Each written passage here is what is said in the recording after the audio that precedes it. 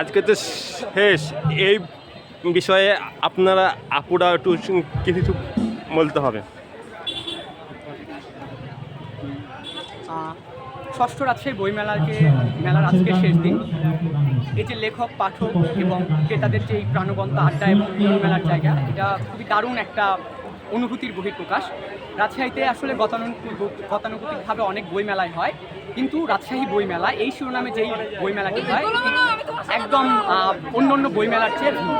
এখানে লেখক, পাঠক, ক্রেতা, বিক্রেতা, শিক্ষার্থী সবার একটা মিলন মেলায় পরিণত হয়।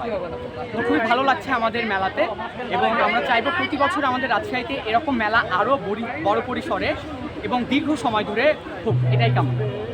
এক মাস ব্যাপী, যে 1 মাস ব্যাপী হলে খুবই ভালো হয়, এবং হ্যাঁ। এই মেলাটা যদি প্রতি বছর যেমন আমাদের জাতীয়ভাবে 21 ফেব্রুয়ারিতে যেটা ঢাকাতে মেলা হয়, এরকম যদি আমরা ফেব্রুয়ারি মাসেই বই মেলাটি করতে পারি তাহলে খুবই ভালো হয়। এই যে আমাদের ভাষার মাস, ভাষার চেতনায় উদ্বুদ্ধ হয়ে সবাই বই পড়তে আসবে। বর্তমান সময়ে আমরা সবাই আসলে অনেকটাই বই বিমুখ হয়ে গেছি।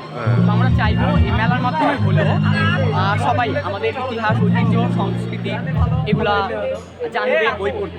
ধন্যবাদ। ধন্যবাদ।